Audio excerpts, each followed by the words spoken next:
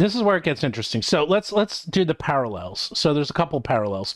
Troll and Toad said they're no longer going to be selling Magic the Gathering. The decision to stop selling Magic the Gathering singles and sealed product was based on a number of factors. The primary one was that selling Magic was simply not as profitable as it once was, as opposed to Pokemon, Yu-Gi-Oh, One Piece were doing much better.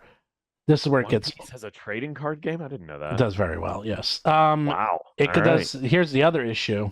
Yeah, I didn't know about the One Piece trading card game either. Guess I'm out of the loop. One Pieces. Yeah, they're selling all their product. They're getting rid of everything. And they're going to be no longer selling it by January 1st, 2024, after almost 30 years of selling it. And Troll and Toad is a big distributor. And one of the main reasons they said they didn't want to do it is because they didn't trust, I'm paraphrasing, but they didn't trust Hasbro anymore because they reprinted the restrictive list, which they said would never, ever, ever happen. The restrictive list is those cards that you hear about that are worth $10,000, $20,000 each. And they reprinted those? They reprinted them. Yeah, they reprinted them. Don't like Magic fans think that's like sleazy garbage or something? Yeah, they think that's like pooping on the 10 Commandments.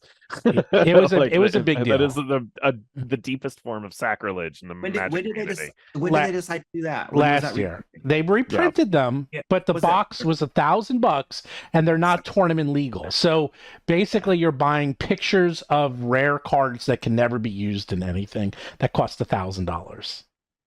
It did not do very well, but it didn't matter. Because if they can do it once, they can do it again.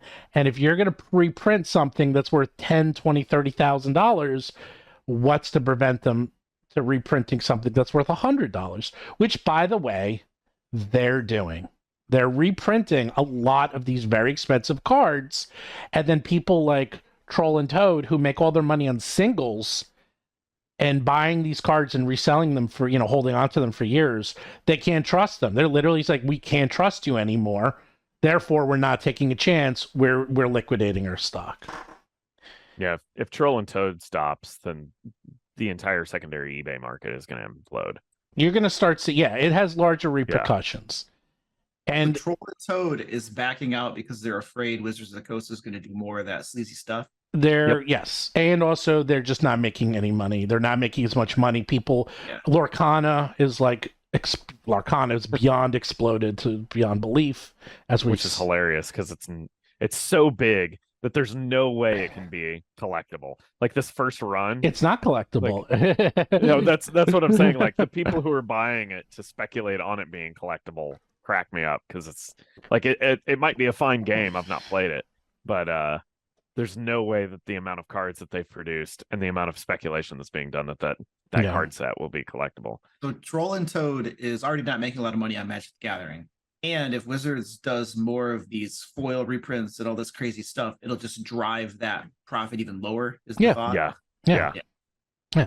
So Troll and Toad are going to continue to buy and sell Pokemon, Yu-Gi-Oh, One Piece, Digimon, WizKids miniatures, and Lorcana, and other things. So if they're bowing out, you're going to see other people start to bow out because people will take their cues from market leaders. And if they're like, if they don't think it's worth it, maybe it's not worth it for us. Like, that's a big freaking deal.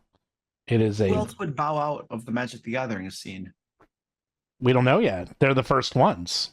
Okay. Troll and Toad, I remember hearing were like in it for a really long time, and they were on Magic the Gathering through 1994. They started in 1994, and they became known for Magic the Gathering.